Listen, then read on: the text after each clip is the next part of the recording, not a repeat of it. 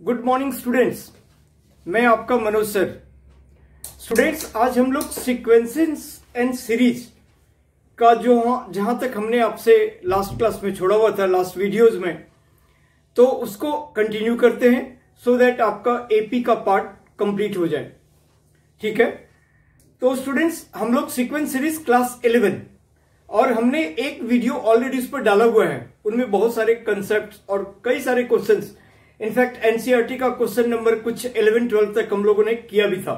आज हम उसके आगे का कंसेप्ट और क्वेश्चंस करते हैं सो दैट एपी हमारा आपका फिनिश हो जाए और आप अलग अलग बुक से उसको फिर खूब सारे क्वेश्चंस को प्रैक्टिस कर सको।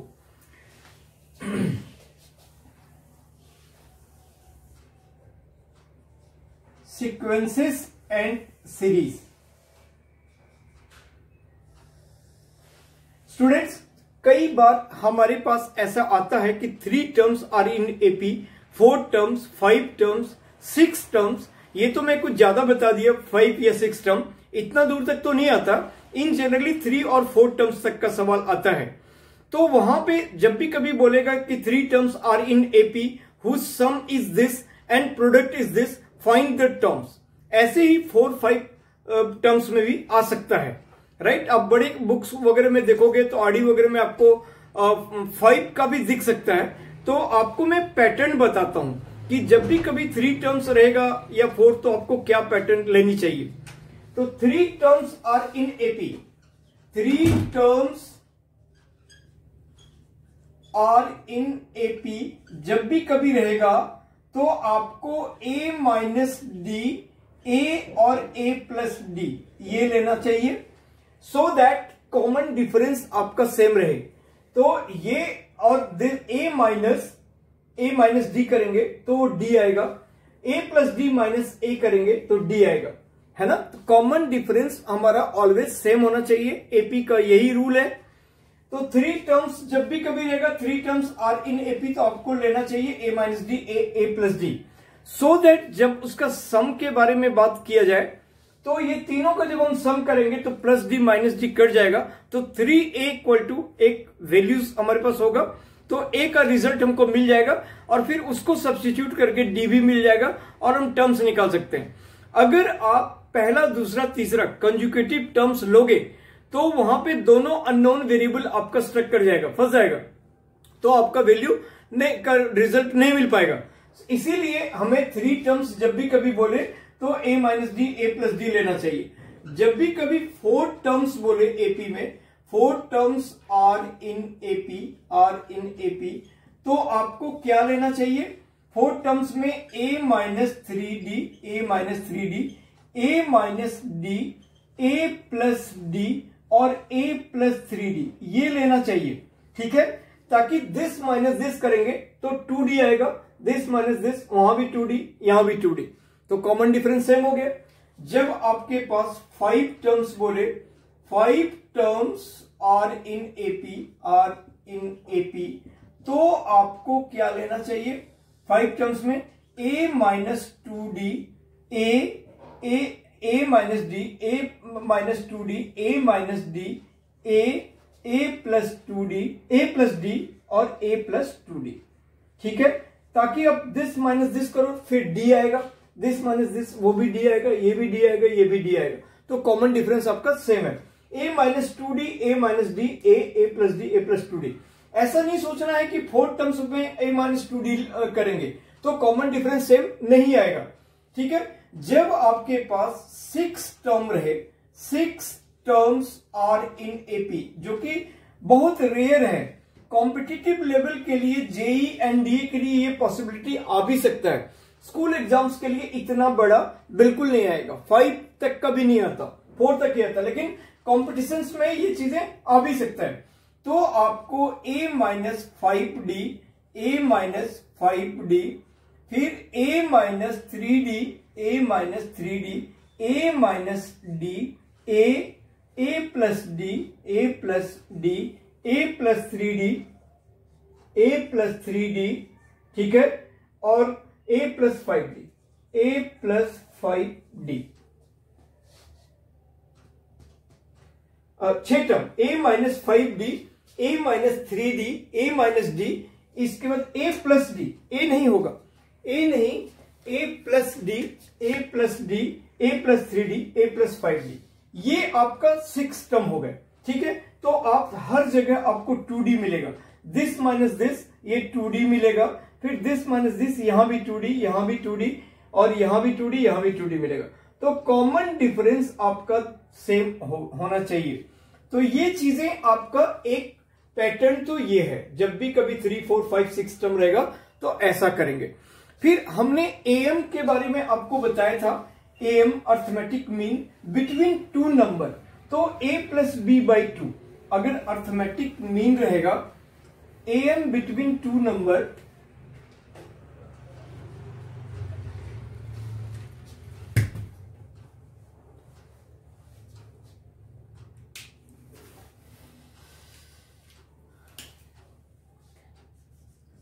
M arithmetic mean between two number, between two number, तो वो a plus b by 2, between 3 number, between 3 number, तो a plus b plus c by 3। इसी तरह बिटवीन 4 नंबर, तो a plus b plus c plus d by 4, और उसके बाद and so on. अगर n नंबर, तो a plus b plus c dot dot dot dot up to n, right. तो हमें जब भी कभी अर्थमेटिक मीन रहेगा तो ऐसे। अब मैं आगे जब करूंगा तो अर्थमेटिक मीन, ज्योमेट्रिक मीन और हार्मोनिक मीन, इन तीनों के बीच का एक रिलेशन भी है, और वो रिलेशन 1 मार्कर क्वेश्चन में आता है, और उसमें बहुत सारे बच्चे जो इनइक्वालिटीज का जो साइन है उसमें थोड़ा कंफ्यूजन में आ जाते हैं और वो गलत कर देते हैं। चलो मैं यहां पे बात किया हूं तो वो आपको बता ही देता हूं। अब हालांकि हमने अभी जीएम, जीपी वगैरह स्टार्ट नहीं किया है, बट फिर भी मैं इसी जगह आपको बता देता हूं कि relation between am arithmetic mean, geometric mean and आगे चलकर हार्मोनिक मीन है, तो उसका जो रिलेशन है, चूंकि ये 1 मार्कर क्वेश्चन बिल्कुल इंपॉर्टेंट है ये, तो इनमें क्या रिलेशन होता है कि AM greater than equal to GM greater than equal to HM, ठीक है, greater than equal to HM. तो AM arithmetic mean always greater than equal to geometric mean, always greater than equal to harmonic mean, ठीक है। कई बार यहां पे equal to का sign नहीं रहता है किसी क्वेश्चंस में, तो वो प्रॉपर राइट आंसर नहीं हुआ। राइट आंसर ये है। तो एक ऑप्शन ये भी रहता है, एक ऑप्शन इसमें इक्वल टू साइन हटा देता है, एक ऑप्शन इसमें लेस देन साइन कर देता है, और फिर लेस देन इक्वल टू, ये 4 ऑप्शंस रहते हैं। तो राइट ऑप्शंस आपका ये है, ठीक है। एम जैसे हम सीआई कंपाउंड इंटरेस्ट जो होता है greater than equal to SI होता है ना। ग्रेटर किसी मोमेंट पर अगर हम पहला जब हम उसको कैलकुलेट करेंगे, चाहे वो मोड हमारा क्वार्टरली हो, हाफ ईयरली हो, ईयरली हो, तो सिंपल इंटरेस्ट और कंपाउंड इंटरेस्ट हमारा सेम होता है, और उसके बाद कंपाउंड इंटरेस्ट बढ़ता चला जाता है। उसी तरह किसी फेज में ये इक्वल भी हो सकते हैं, और अदरवाइज बाय डिफॉल्ट जो स्ट्रक्चर है वो ऐसा है। और अब हम फिर जहां तक एनसीईआरटी का सवाल छोड़े हुए थे वहां से हम करते हैं, सो दैट स्टूडेंट का ये कहना ना रहे कि सर ने एक टॉपिक या एक कंसेप्ट उठाया और उसका वीडियोस हाफ में ही हो गया या रख दिए, उसको कंप्लीट नहीं हुआ तो हमको बनाने में डिफिकल्टी हो रही है। तो वैसा काम मैं नहीं करता हूं। आपको कन्वीनियंट, आपको ज्यादा से ज्यादा आपको हेल्प पहुंचाने का मेरा व्यूज है। तो उस कंडीशन में मैंने जो उठाया था, इनफैक्ट मुझे याद है मैंने आपका एक कॉम्प्लेक्स नंबर भी वीडियोस को, अभी एक और वीडियोस डालूंगा फिर वो कंप्लीट होएगा, ठीक है। तो कॉम्प्लेक्स नंबर वाली वीडियो भी मैं अभी मुझे एक और उसमें डालना है, ताकि एटलीस्ट एनसीईआरटी का पूरा पोर्शन आपको कवरअप में रहे, ठीक है। तो वो चीजें भी आपका हो जाएगा। टाइम टू टाइम मैं अलग अलग क्लासेस का वीडियोस इसमें डाल रहा हूं, इसीलिए वो थोड़ा सा समय के लिए रुक जाता है। उसके बाद अब हम आते हैं इसके क्वेश्चंस पे।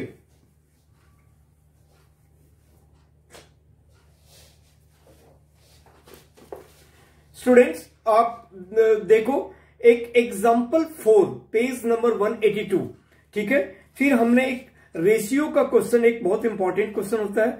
फिर insert some numbers between this and this, वो भी एक आ जाता है। समटाइम्स। तो इस तरह का अलग अलग कंसेप्ट्स और जो चीजें छूट गया है, रह गया है, उसको हम लोग कंप्लीट करते हैं।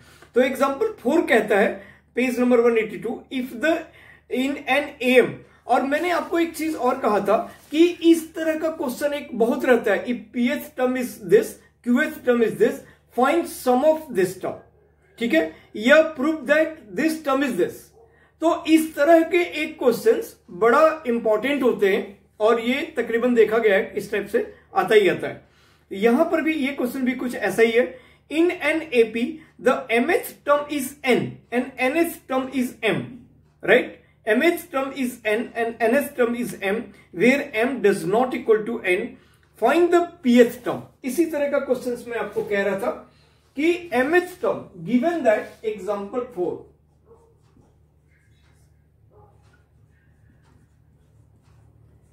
given that mh term in means am, उसको आप a plus m minus 1 into d, वो आपका n है, और NH term a plus n minus 1 into D equal to m है। तो pH टर्म निकालना है, ठीक है। बाय डिफॉल्ट ये लाइन में नहीं लिख रहा हूं कि let the first term be small a and common difference be d, small d। आप कैपिटल a कैपिटल d भी ले सकते हो, लेकिन ये बाय डिफॉल्ट हम स्मॉल a स्मॉल d को लेकर चलते हैं। और वो लाइन में लिखता नहीं हूं, वो बिल्कुल ऐसे है, डिफॉल्ट है, और आप उसको लिख ले सकते हो, एग्जाम में लिख लेना चाहिए। और इस तरह का जब भी कंडीशनल क्वेश्चंस होते हैं, 2 कंडीशंस दिया हुआ है, तो उसको लीनियर इक्वेशन की तरह हम लोग फॉर्म कर लेते हैं, ठीक है। और उनको लीनियर इक्वेशन की तरह सॉल्व करते हैं, वहां से एक वेरिएबल का वैल्यू मिलता है, उसको डालते हैं, फिर हमको दूसरा वेरिएबल मिलता है। तो a plus m minus 1 into D equal to m, ये हमारा इक्वेशन 1 और ये इक्वेशन 2 हो गया। अब इन दोनों को हमने सॉल्व किया, तो यहां पे माइनस माइनस माइनस आ गया, ये दोनों वेरिएबल कट गया। अब ये हो गया M D minus D minus N D plus D equal to N minus M, और ये minus D plus D cut गया, M minus N into D equal to minus common ले लेता हूं यहां पे, तो ये भी एम माइनस एन हो जाएगा। अब ये भी कट गया, या यूं कह लो कि आप इसको उधर ले आए, तो d इक्वल टू माइनस 1 हो गया, d का वैल्यू आपका -1 हो गया, राइट स्टूडेंट्स। तो ये अब आपका d निकल गया। अब put the value of d, put the values of d in equation 1, in equation 1।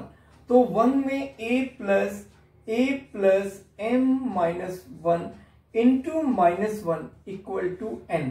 अब ये a और इसको मल्टीप्लाई किए, minus m plus 1 equal to n, और इन दोनों को उधर कर देंगे, तो स्मॉल a इक्वल टू हो जाएगा m, ये माइनस है उधर जाकर plus, m plus n minus 1।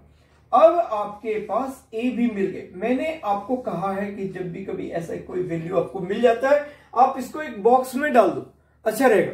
तो a और d का वैल्यू आपको मिल गया। अब आपको pH टर्म, देयरफॉर AP को आप लिख सकते हो a plus p minus 1 into D, a plus p minus 1 into D. a है आपका m प्लस n माइनस 1, और ये हो गया a। अब प्लस, स्टूडेंट आज मार्कर सब खत्म हो रखा है, मैं मंगा रखा हूं, लेकिन अभी थोड़ा हो सकता है आज हमें मिल जाएगा, तो इसलिए थोड़ा सा लाइट आपको थोड़ा मेहनत करना पड़ेगा, ये लाइट थोड़ा हो रह सकता है। m प्लस n माइनस 1 और a हो गया, और plus p minus 1 into D का वैल्यू हो गया -1। और अब आप देख लो, अगर इस जगह आपको नहीं दिखता है तो मैं यहां पे आपको कर देता हूं, यहां पे। तो ये हो गया m प्लस n माइनस 1 और माइनस p और प्लस 1, ये दोनों कट गया, तो हो गया m plus n minus p। ये आपका pH टर्म निकल गया, ठीक है। pH टर्म जो AP, जिसको हमने यहां लिखा था a plus p minus 1 into D, a plus P minus 1 into D, ये जो लिखा था। ठीक है स्टूडेंट, तो ये आप नोट डाउन कर लो, ये आप नोट डाउन कर लो। सॉरी, आप तो उसको बाद में देख सकते हो। तो इस तरह से आपका ये पीएस टर्म निकल गया। एग्जाम्पल 4। अब हम लोग आते हैं एग्जाम्पल 6, क्योंकि 5 भी एकदम इसी टाइप का क्वेश्चन है जो आप इजिली बना लोगे। एग्जाम्पल 6 ये बहुत इंपॉर्टेंट, ये भी इंपॉर्टेंट क्वेश्चन था। अब एग्जाम्पल 6 आपका रेशियो का सवाल है। इसके ऊपर में भी आपका 2 सवाल एक्सरसाइज में भी है, तो वो भी बड़े इंपॉर्टेंट क्वेश्चंस हैं। आप इसको देखो, एग्जाम्पल 6।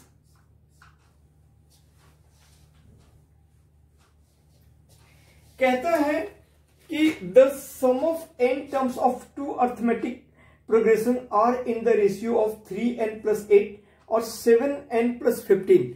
2 अर्थमेटिक प्रोग्रेशन है, यहां पर एक नहीं है, 2 है। तो दोनों अर्थमेटिक प्रोग्रेशन का जो फर्स्ट टर्म और कॉमन डिफरेंस होगा वो बिल्कुल डिफरेंट होगा, है ना। तो अलग अलग लेना पड़ेगा। उसका n टर्म का रेशियो दिया हुआ है, तो उसी दोनों एपी का 12th टर्म का रेशियो बताओ।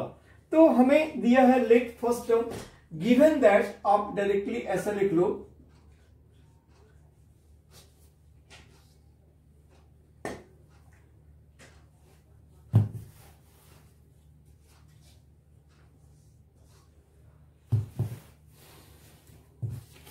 एक सेकंड।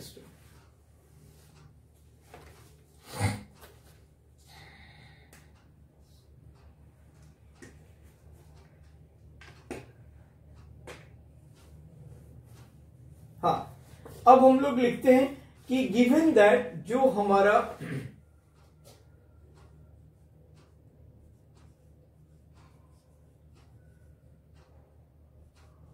एग्जाम्पल 6 के बारे में हम बात कर रहे हैं कि 2 एपी है, उसका nth टर्म का रेशियो 3n+8 और 7n+15 है। तो लेट nth टर्म को a + n-1 इंटू डी कहेंगे। तो a + n-1 इंटू डी और upon a2 + n-1 into d2 equal to 3n+8 upon 7n+15, 7n+15। ये आपका गिवन कंडीशन है। ठीक है, कि अब जो let the first term of first AP be a1 and common difference be d1। Similarly the first term of second AP be a2 and common difference be d2। तो अब ये दिया हुआ है, इसका हमको 12th टर्म, इसी सीरीज का 12th टर्म का हमको निकालना था। तो 12th टर्म क्या हो जाएगा, therefore ratio of 12th term, ratio of 12th term अगर मैं करूं, ठीक है, तो a1 + 11d d1 और a2 + 11 d2 ये निकल जाएगा।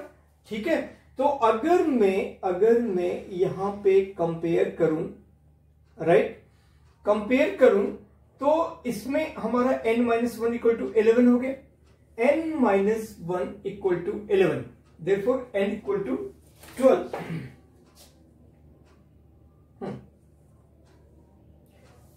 नहीं, हमें सम दिया हुआ है, टर्म्स नहीं दिया हुआ है। The sum of n term of 2 arithmetic progression, sum of n terms, and wait, ये हमने टर्म्स ले लिया स्टूडेंट, हमने टर्म्स का रेशियो ले लिया। हमारे पास जो गिवन है वो सम ऑफ n टर्म्स का रेशियो दिया हुआ है। तो n/2 into 2a1 + n-1 into d1। ठीक है, सम ऑफ n टर्म्स का फॉर्मूला यही हो गया, और upon n/2 into 2a2 + n-1 d2 और equal to 3n+8 upon 5n+17, 7n+15, 3n+8 upon 7n+15, 7n plus 15, ये हमें गिवन है। मैंने अभी उसको टर्म्स का रेशियो ले लिया था, n टर्म्स का, जबकि सम ऑफ n टर्म्स का रेशियो गिवन है। तो अब आप इसको ये और ये टर्म तो बिल्कुल कट गए, तो यही बच गए। अब इट्स हमको क्या कहता है, 12th टर्म, हमको find the ratio of their 12th term. तो रेशियो ऑफ 12th टर्म, अब आप लिखो इसको, ratio of 12th term, ratio of 12th term क्या हो जाएगा, a1 plus 11 d1 upon a2 plus 11 d2। तो कंपेयर करने के लिए भी हमें यहां पे 2a1 रहना चाहिए, है ना। तो इसको हम लोग 2 से मल्टीप्लाई कर देते हैं, multiply by 2 in numerator and denominator तो ये हो गया 2a1 plus 11 d1 upon 2a2 plus 11 22 और 22 d2, ठीक है। 2 से हमने दोनों में न्यूमरेटर और डिनोमिनेटर में मल्टीप्लाई कर दिया। इसका मतलब 2a1 plus 23 minus 1 into d1 और upon 2a2 plus 23 minus 1 d2, और आप इसको रिलेशन 2। अब कंपेयरिंग 1 एंड 2, ठीक है, तो 2a1 प्लस n माइनस 1 यानी 23 माइनस 1 इंटू d1, तो इससे आपको n पता चल गया, 23 हो गया। तो आप लिखोगे कंपेयरिंग 1 एंड 2, कंपेयरिंग 1 एंड 2, तो इससे आपको n का वैल्यू मिल गया 23। अब वही n का वैल्यू आप यहां पे डाल दो, put the value of n on RHS, put the value, क्योंकि वो दोनों तो हम n के टर्म में ही है, तो अगर हम डालेंगे तो 12 टर्म का रेशियो हमको मिल जाएगा। Put the value of n in RHS, तो ये हो जाएगा 3 into 23 plus 8 upon 7 into 23 plus 8, तो ये हो गया 69 प्लस 8, 69 प्लस 8 और 23 इंटू 7, तो 20 इंटू 7 हो गया 140 और 21 141, तो 141 3 इंटू 21 161 20 इंटू 7 140 और 21, तो 161 प्लस 8 प्लस 15 प्लस 15 प्लस 15 और प्लस 15, तो ये हो गया 77 और अपॉन 176, ठीक है। तो ये कट के 11 से कट जाएगा, 11 से कटेगा, ये 7 हो गया और 11 बन जा 11 और बच गया 6 66, तो 16, तो ये आ गया आपका 7/16, तो ये आंसर आ गया। ऐसा ही कोई भी सवाल अगर रहेगा तो हम एग्जैक्टली उसको इसी टाइप का बना सकते हैं, ठीक है। अब है एग्जाम्पल 7। एग्जाम्पल 7 कहता है the income of a person is ₹3 lakhs in first year and he receives increase of ₹10,000 to his income per year for next 19 year. अब हर साल उसका जो इंक्रीमेंट है वो हमारा 10-10 हजार रुपये बढ़ जाता है, यानी ये कॉमन डिफरेंस हो गया, है ना। हर साल सेम अमाउंट बढ़ रहा है, तो ये कॉमन डिफरेंस हो गया। और जो 3 lakhs है वो हमारा ए हो गया, फर्स्ट टर्म हो गया। तो हमको निकालना है for the 9 find the total amount he received in 20 years, यानी कि 20 ईयर्स S20 निकालना है, ठीक है। तो ये बहुत ही इजी क्वेश्चन है, बहुत सिंपल क्वेश्चन है कि S20 इक्वल टू 20/2, तो n/2 into 2a plus n minus 1 into D, right. तो इसमें आपका आज के डेट में 3 लाख रुपीस उसका ये है सैलरी है, और हर साल 10-10 हजार रुपये बढ़ जाता है। यानी आपका एग्जाम्पल 7 जब आप बनाओगे तो हियर ए आपका 3 लाख है, 3 लाख है, और डी 10,000 है, 10,000 है, और S20 आपको निकालना है। बेसिकली बिल्कुल इजी सिंपल क्वेश्चन है। तो S20 equal to 20/2 into 2A 2 into 3 lakhs plus n-1 यानी 19 इंटू 10,000। अब ये हो गया 10 इंटू 6 lakhs, राइट, और प्लस 1,90,000। तो ये हो गया 10 इंटू 7,90,000। तो एक 0 आ गया आपका, ठीक है। तो 9 पे 1 2 3 4 0 तो था ही था। अब ये 10 से मल्टीप्लाई करोगे तो इतना हो 79 लाख हो गया, राइट। तो ये आपका एग्जांपल 7 हो गया। अर्थमेटिक मीन हमने आपको बता दिया। अब एग्जांपल 8 आते हैं।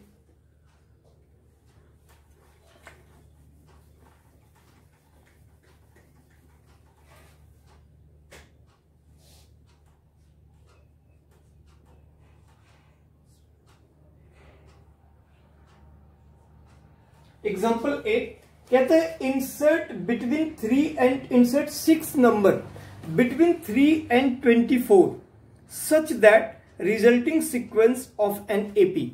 ठीक है, 3 और 24 के बीच में 6 नंबर्स इंसर्ट करना है। Let 6 numbers are, let the 6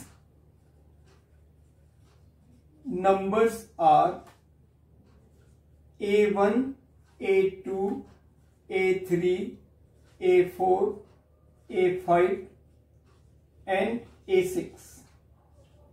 ये 6 नंबर्स हमने डाल दिया।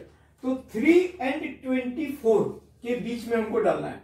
तो therefore APR 3, A1, A2, A3, A4, A5, A6 और 24। So therefore 24 is the 6 plus 2 8th term, because 6 number हमने इंसर्ट किया और ये पहला 7वां और ये 8वां। Therefore 24 is the 6 plus 2th means 8th term. ये मैं क्यों लिख रहा हूं 6 plus 2th, क्योंकि ऐसा ही आपका एक क्वेश्चन है, आपको एक्सरसाइज में m नंबर्स डालना है। तो अब वो लास्ट टर्म को हमको लिखना पड़ेगा m plus 2th टर्म। मैं यहां तो डायरेक्टली 8th टर्म लिख दूं, लेकिन आपको उस क्वेश्चन को रिलेट करते हुए यहां पे मैं आपको इस तरह से इस पैटर्न पे लिखा, ताकि आपको वो क्वेश्चन को हैंडल करने में इजी हो। क्योंकि m नंबर्स डालने हैं तो m plus 2th टर्म हो जाएगा लास्ट टर्म। तो 24 इज द 8th टर्म। अब 8th टर्म को हम A8 को क्या लिखेंगे, a plus 7d और दैट इक्वल टू 24 है। अब a का वैल्यू है 3 plus 7d इक्वल टू 24, इससे 7d इक्वल टू 21, तो d इक्वल टू 3। अब a भी आपका 3 है और d भी 3 है, तो आपका numbers hence numbers are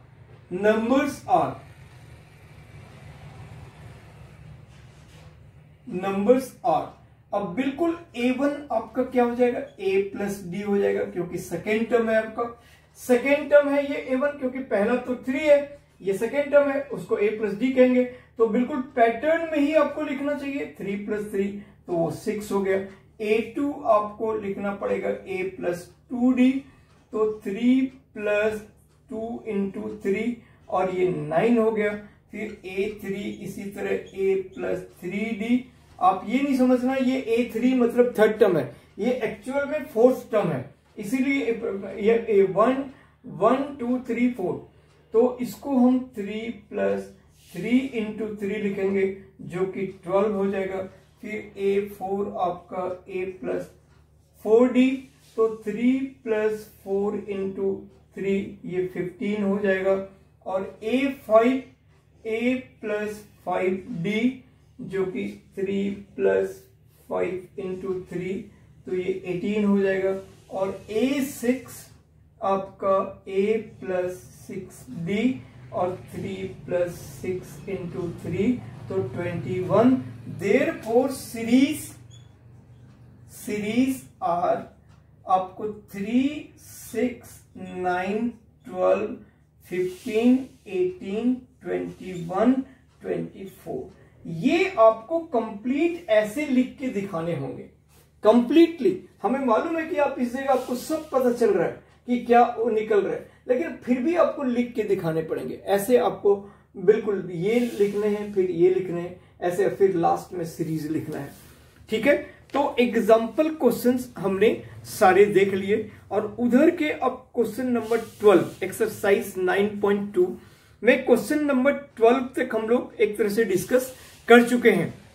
ratio वाला जो सवाल था उसमें से 2 सवाल, एक 9th और एक 12th रेशियो का सवाल है, जो ऑलरेडी हमने एग्जाम्पल में जैसे बताया उस टाइप का क्वेश्चन है जो आपका क्लियर हो गया। अब क्वेश्चन नंबर 13 देखते हैं, और फिर इसी तरह क्वेश्चन नंबर 14 नहीं करेंगे हम लोग, क्योंकि वो बिल्कुल यही सवाल है कि 8 और 26 के बीच में 5 नंबर्स इंसर्ट करने हैं। एग्जैक्टली यही एग्जांपल 8 की तरह 5 नंबर्स A1 A2 से लेकर 5 कर देंगे। और 26 हमारा 7th टर्म हो जाएगा, उससे हमारा एक वेरिएबल मिलेगा, उसको डालेंगे दूसरा। सेम टू सेम सवाल है। जो क्वेश्चन नंबर 14 है वो बिल्कुल यही एग्जांपल 8 की तरह है, तो वो आप बिल्कुल इजीली कर सकते हो। क्वेश्चन नंबर 13 पे आते हैं।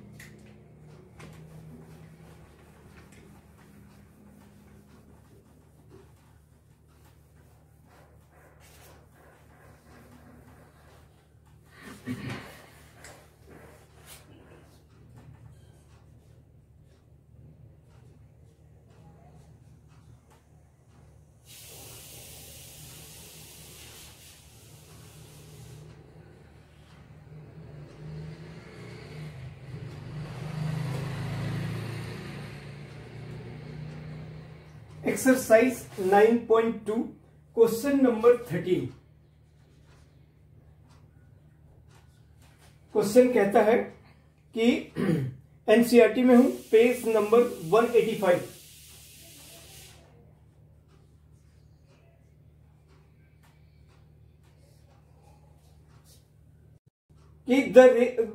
If the sum of n terms of AP is 3n² + 5n and the mth term is 164।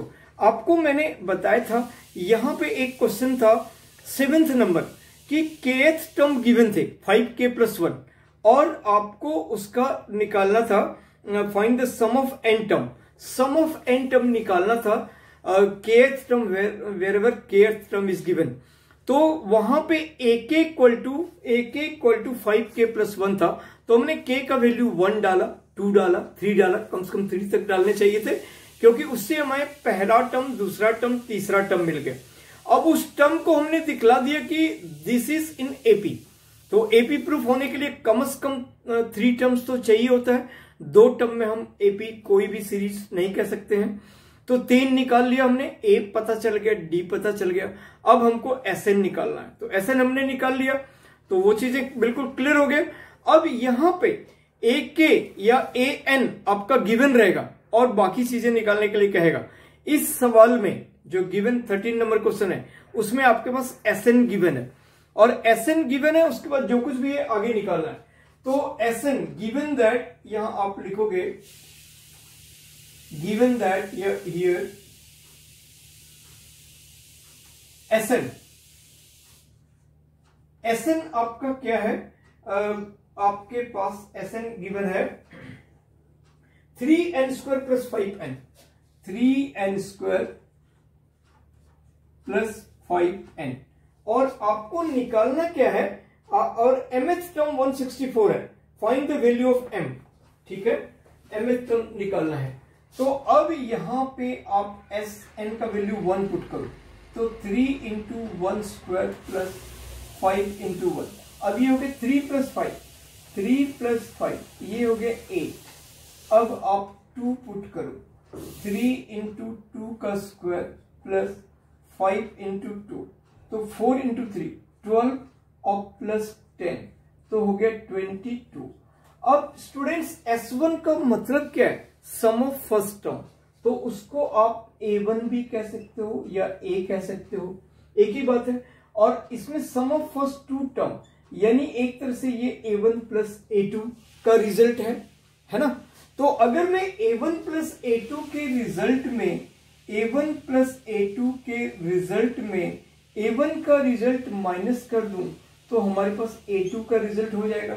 और यानी कि 22 में अगर मैं 8 माइनस कर दूं तो ये A2 बन जाएगा। तो देयरफॉर आपका A2 हो गया, A2 कितना हो गया, ये हो गया 14 हो गया। ठीक है, आपका फर्स्ट टर्म कितना हो गया 8, सेकेंड टर्म कितना हो गया 14। तो therefore D equal to A2 minus A1, यानी फिर अगेन 14 माइनस 8, तो ये 6 हो गया। D हो गया 14 माइनस 2, 6 हो गया। अब mth term and mth term यानी AM हमारा A plus m minus 1 into D होता है। अब ये हमारा mth टर्म कितना गिवन है, mth टर्म है 164, तो 164 इक्वल टू A, यानी कि 8 plus m minus 1 into d, d is 6। अब ये यहां आ गया, तो 156 equal to m minus 1 into 6। तो therefore m minus 1 equal to 156 upon 6, 6 2 जा 12, बच गया 3, 36 हो गया, तो 6 6 जा। अब m इक्वल टू माइनस 1 उधर चला जाएगा, तो प्लस 1 हो जाएगा। m का वैल्यू जो हमें निकालना था वो 27 आ गया, m का वैल्यू 27 आ गया, राइट। ठीक है, अब ये 13 नंबर क्वेश्चन हो गए, 14 हमें नहीं बनाना था। अब हम आते हैं 15 नंबर पे।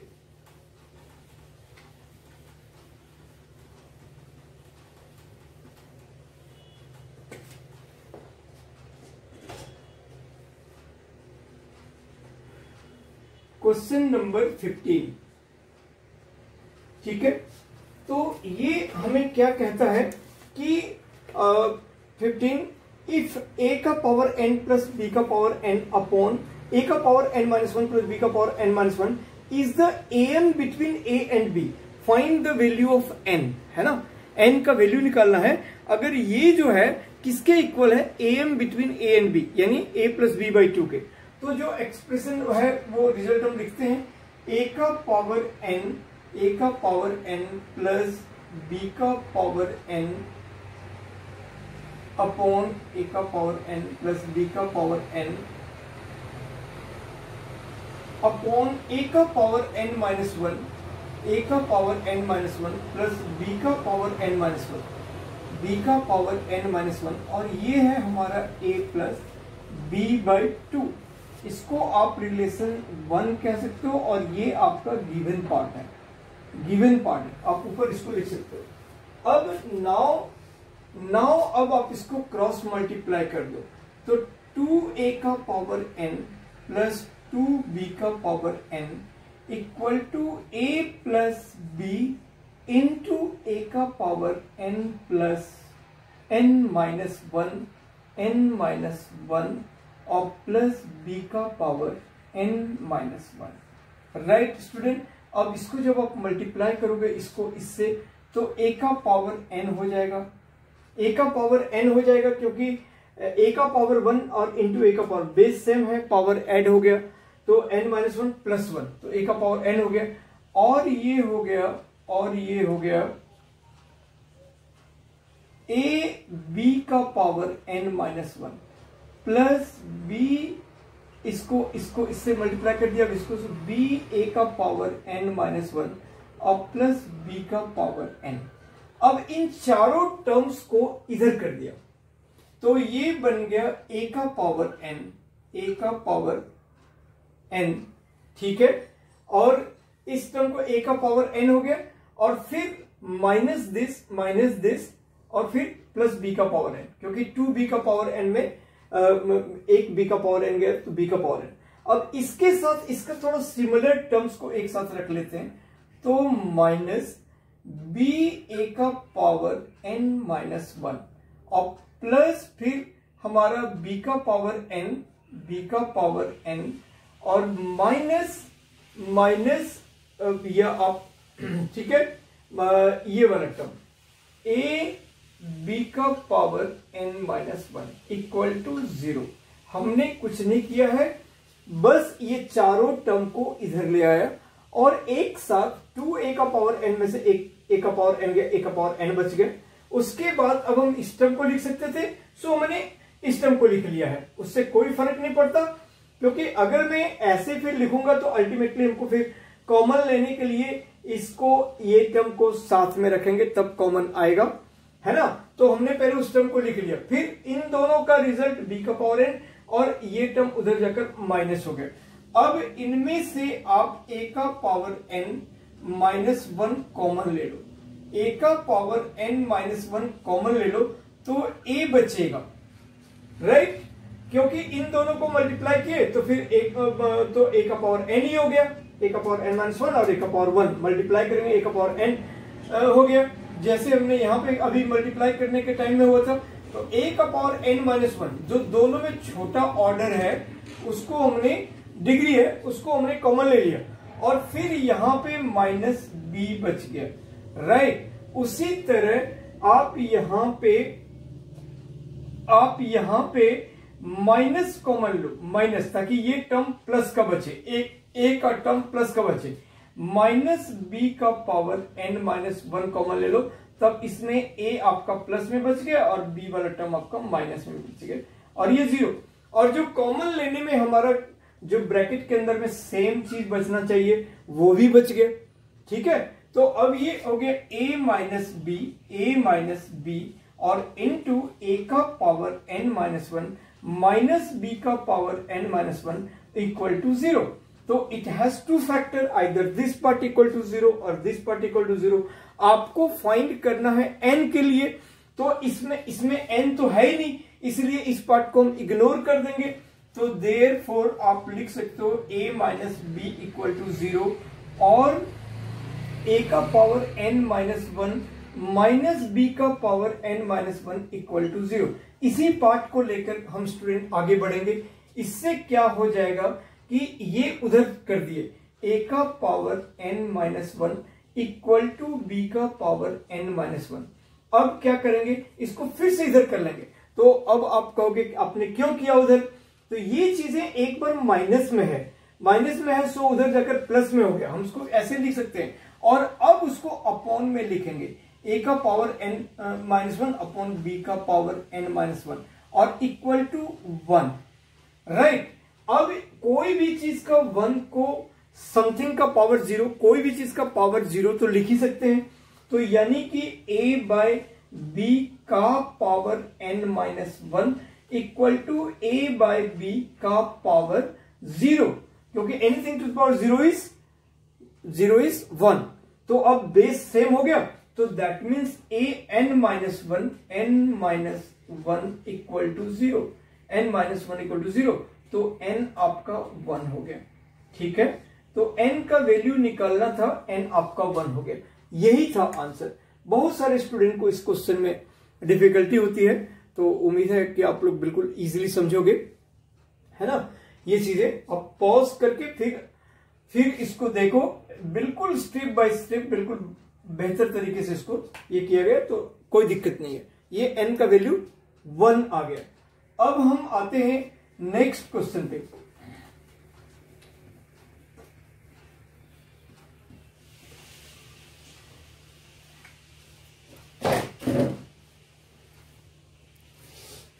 क्वेश्चन 16 नंबर क्वेश्चन है, question 16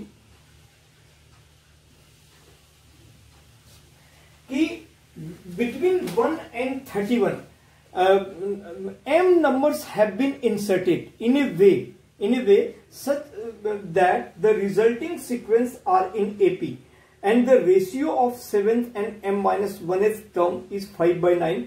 Find the value of m. ठीक है, तो 1 and 31 के बीच में m numbers are inserted. तो 1 A1 A2 A2 A3 dot dot dot dot AM है ना, और 31 आर इन AP जैसे उसमें 5 नंबर या 6 नंबर इंसर्टेड था, इसमें m नंबर इंसर्टेड है, तो A1 से लेकर AM तक दे दिया।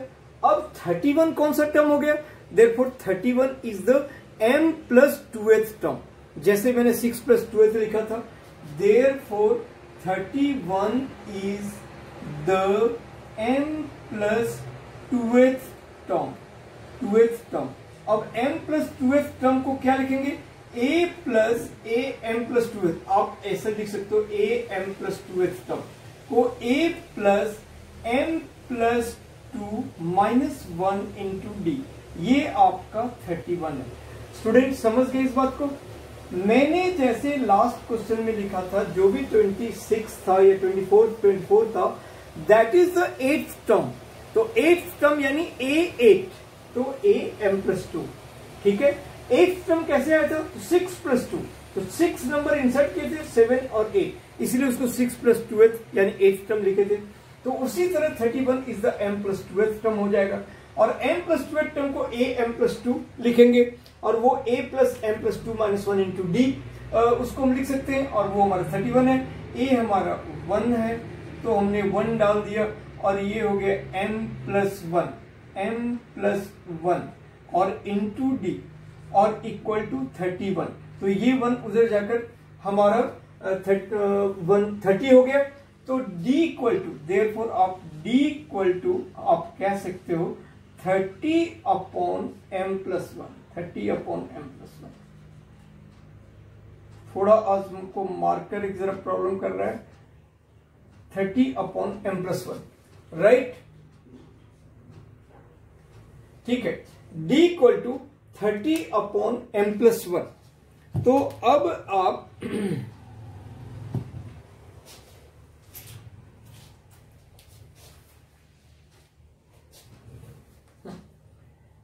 आप इसको ऐसे घेर दो, ठीक है।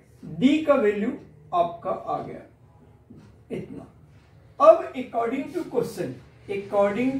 क्वेश्चन आपका d निकल चुका है, कहता है 7th मीन, ठीक है, 7th and m minus 1th number, यानी A7 अपॉन a m minus 1 equal to आपका 5/9 है, 5:9। तो इसको अब हम a प्लस 7d ही कहेंगे, क्योंकि ये A7 एक्चुअल में 8th टर्म है, एक्चुअल में वो 8th टर्म है, तो a प्लस 6d नहीं कहेंगे। बहुत सारे स्टूडेंट यहाँ पे गलती कर बैठता है, a प्लस 6d, एक्चुअल में वो 8th टर्म है। तो उसी तरह से ये a plus m minus 1 into D ही कहेंगे, और ये आपका 5/9 है, राइट। अब हम d का वैल्यू पुट करेंगे, तो a यानी 1 plus 30 into d, sorry a plus 7d, तो 7 इंटू 30/m+1, ठीक है, और by 1 plus m minus 1 into 30/m+1 और इक्वल टू 5/9, ठीक है। क्योंकि ये वही नंबर A7 और AM-1 का गिवन मीन है। अब मैं इसको थोड़ा यहाँ पे साइड में करता हूं। हमने m+1 एलसीएम लिया, और ये हो गया m+1 और प्लस 210, ठीक है, ये 30 इंटू 7, और ये अपॉन हो गया क्योंकि दोनों m+1 सेकेंड और फोर्थ जो something upon something upon something upon something, तो सेकेंड और फोर्थ पार्ट कट गया, ये यहां आया तो m+1 और plus 30m minus 30 right equal to 5/9। तो अब हो गया m+211 upon 31m minus 29 equal to 5/9, ठीक है। तो अब ये हो गया आपका 9m प्लस 211 इंटू 9, तो 1899 इक्वल टू 31m इंटू 5, तो 155m और माइनस 29 145 राइट। तो अब आप इस 9m को उधर कर दो तो वो हो जाएगा एक तरह से 1899 plus 145 equal to 155m minus 9m, ठीक है। तो 146m इक्वल टू 2044 हाँ यहाँ पे 19-20 तो पैदा 2044 और m अपॉन 2044 अपॉन 146 और ये आपका 14 आएगा, 14 आएगा, ठीक है। तो 146 यहाँ पे एक बार गया और जो बचा और उसके बाद 4, तो ये 4 बार में जाता है, तो m आपका 14, ये बिल्कुल परफेक्ट आंसर हो गया m14, यही आपको निकालना था। तो 15 नंबर क्वेश्चन जो मैंने आपको बताया था वो भी इंपॉर्टेंट है, 16 नंबर क्वेश्चन वो भी इंपॉर्टेंट है, ठीक है। 2 और क्वेश्चंस इसमें बचते हैं।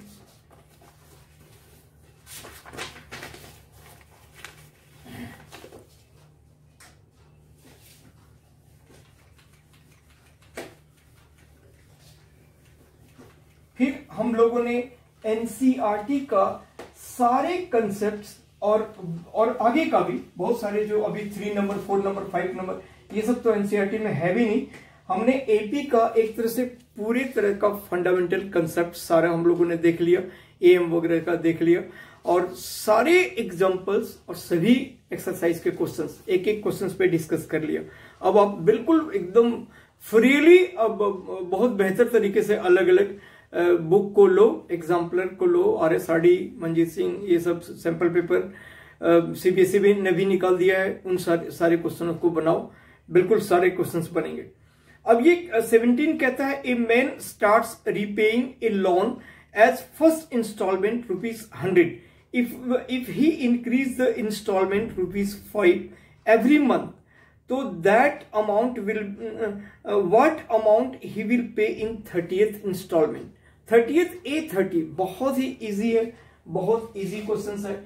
आपका सबसे पहले 100 रुपीज से स्टार्ट करता है, फिर 100, 5, 110 ...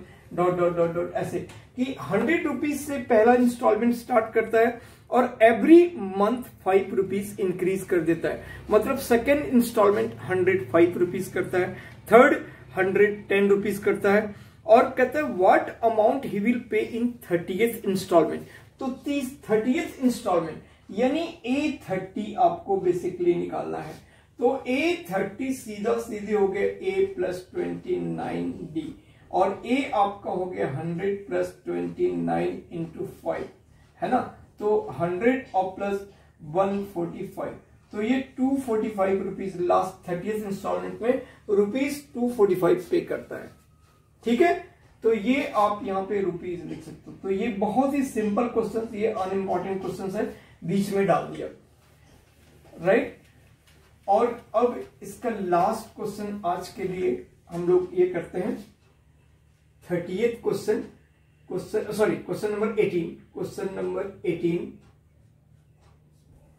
नंबर 18 वो कहता है कि the difference between any two consecutive interior angles of A polygon is 5 degree.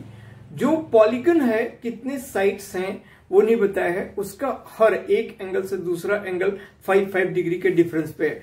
यानी डी आपके पास दिया हुआ है, डी आपके पास here D equal to 5 degree, ये आपके पास दिया हुआ है। और if the smallest angle is 120 degree, मतलब पहला ए आप नेगेटिव तो ले नहीं सकते, तो डिग्री नेगेटिव नहीं पॉजिटिव ही लेंगे, तो स्मॉलेस्ट एंगल मतलब एक 120 है तो दूसरा 125 है, तीसरा 130 है, फिर 135 है, ऐसे।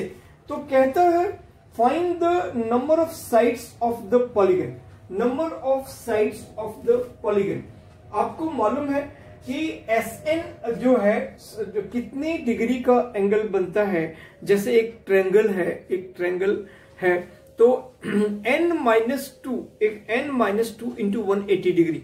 आपका कोई भी पॉलीगन है अगर एक ट्रायंगल है तो उसमें कितना डिग्री का एंगल बनता है, तो n-2 into 180 degree, where n is the number of side, यानी 3-2 तो 1 इंटू 180 तो 180 डिग्री हो गया। अगर 4 साइड्स का पॉलीगन है, लाइक क्वाड्रिलेटरल है, मतलब कोई सा भी क्वाड्रिलेटरल, रोम्बस है, स्क्वायर, रेक्टेंगल है ना, कोई भी चीज, रेक्टेंगल है, स्क्वायर, पैरेललोग्राम, ट्रेपीजियम, तो इनमें 4 साइड्स होते हैं इन क्वाड्रिलेटरल में। इसमें कितने डिग्री का एंगल बनेगा, तो 4-2 इंटू 180, ठीक है।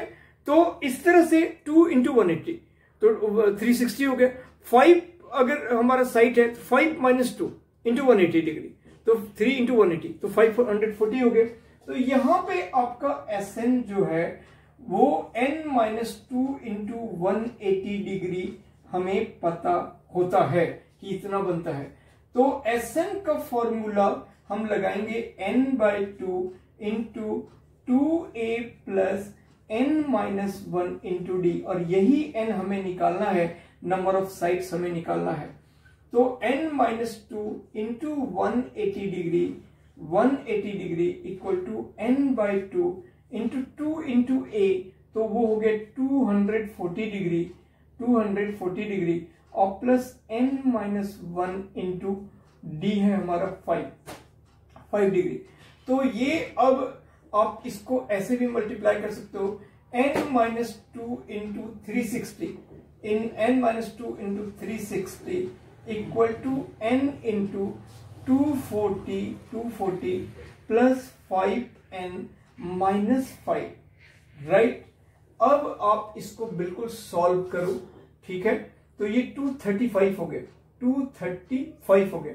तो अभी थोड़ा सा छोटा बना लेते हैं, n-2 इंटू 360 और इक्वल टू ये हो गया 235 और प्लस 5 कॉमन ले लिए, तो 5 हमने कॉमन ले लिया, तो यहां पे 235 था, तो 235 में 5 4 जा 20 और बच गए 35 7 जा और प्लस n। समझा आपने कैसे किया? हमने इन दोनों में 235 बच गया था, 235 में से 5 कॉमन लिया, 5 4 जा 20 बच गया 3 और 35 5 7 जा, और उधर 5 पेन था तो वो n हो गया। अब ये 5 से यहां पे कट गया, सो दैट थोड़ा तो छोटा आ गया, मल्टीप्लाई वगैरह करने में हमें इजी हो गया। अब 5 7 जा 35 बच गया 1 10 5 2 जा, अब ये 72 हो गया, राइट। तो ये बन गया 72n minus 144 equal to 47n और प्लस n स्क्वायर, ठीक है। 47n प्लस n स्क्वायर, और इधर हो गया 72n माइनस 144। अब ये इस दोनों को उधर कर दिए, तो n स्क्वायर और प्लस 47n माइनस 72n और प्लस 144 इक्वल टू 0। अब ये फिर हो गया n स्क्वायर और 47 25 हो गया, है ना, 50 और 22 तो 20 माइनस 25n और प्लस 144, और इसका जो फैक्टराइजेशन हो जाएगा -16 -9, तो वो -25 हो गया, और 144 प्लस का 144 भी हो गया। n square -16n -9n plus 144 equal to 0। n common हो गया, n -16 -9 कॉमन हो गया, n -16 इक्वल टू 0। तो n -16 और n -9 इक्वल टू 0। तो इससे आपका n इक्वल टू 9 और 16 दोनों पॉसिबल है। ठीक है, n का वैल्यू हमें निकालना था, number of side equal to 9 and 16। तो ये चीजें हो गया स्टूडेंट्स, आपका एपी आज बिल्कुल खत्म हो गया, सो दैट आपको ऐसा ना लगे कि सर ने हमें बीच में हम लोग आधा बात जाने और आधा बात हमारा रुक गया है। तो मैंने वो रिस्पॉन्सिबिलिटी से बिल्कुल वो टॉपिक खत्म कर दिया। अब आगे नेक्स्ट क्लास जब हम वीडियो डालेंगे, जल्दी ही कोशिश करूंगा डालने का, तो वो जीपी पे डालेंगे, है ना, क्योंकि एपी बिल्कुल हो गया। अब और मोर एंड मोर का तो लिमिटेशन नहीं है, हजारों क्वेश्चंस हैं अगर हम देखने जाएं तो, लेकिन हमने आपको हर तरह का क्वेश्चन से आपको जानकारी दे दी। तो और नेक्स्ट आप मुझसे कंसल्ट करो, तो और फर्दर कोई भी टाइप का क्वेरी, कोई भी टाइप का बुक का, किसी भी बुक से, कोई भी इंजीनियरिंग बुकलेट से, कोई भी कॉम्पिटिटिव लेवल, कोई भी बुक, आप मेरे से जितनी बुक का नाम मैं बार बार बोलता हूं, जहां से आप जानना चाहो, पढ़ना चाहो, हम आपको वहां से पढ़ा सकते हैं, बता सकते हैं, है ना। तो कोई सा भी बुक हो, कोई भी आपका इंस्टीट्यूट्स का बुकलेट हो, क्वेश्चन पेपर हो, 10 ईयर हो, सैंपल पेपर हो, एग्जाम्पलर हो, आरएस हो, आरडी हो, मतलब कुछ भी हो, कोई भी बुक हो, हम आपको वहां से आपको बता सकते हैं, आपको हेल्प कर सकते हैं। तो आप अपनी जरूरत के अकॉर्डिंग मुझसे आप कंसल्ट कर सकते हो। और मैंने आपको जैसे बताया कि मेरा जो YouTube चैनल है,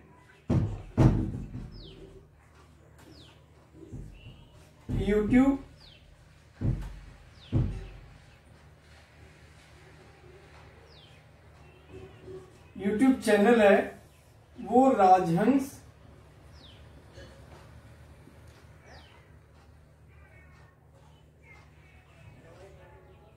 ठीक है, ट्यूटोरियल्स ऐसा है। और मेरा जो फोन नंबर है वो 9810843472, ये आप व्हाट्सएप कर सकते हो। और आईडी जो आपका है वो मनोज MANOJ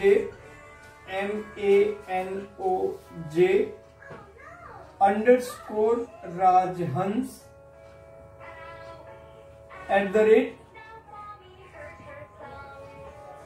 @hotmail.com पे आप मुझे वहां पर भी लिख सकते हो। पेरेंट्स मेरे से कंसल्ट कर सकते हैं, कोई टीचर्स को अगर किसी बात के लिए कंसल्ट करना है तो बिल्कुल most welcome. Parents are most welcome, students are also most welcome. तो आप मुझसे ये नंबर पे हो, मेरे मैसेंजर पे हो, यूट्यूब चैनल पे आप कमेंट डाल सकते हो, मेरे आईडी पे आप लिख सकते हो। तो जैसे आपका इन्फॉर्मेशन मुझसे कॉल कर सकते हो, फिर जैसे मैं आपका इन्फॉर्मेशन देखूंगा मैं आपसे कंसल्ट करूंगा। और अब बस यहीं पे स्टॉप करता हूं। Thank you so much. मैं जल्दी कोशिश करूंगा आपके लिए पुनः आऊं और फिर मैं जीपी का वीडियो, ज्योमेट्रिक प्रोग्रेशन का वीडियो आप तक पहुंचाऊं। ठीक है student, thank you so much.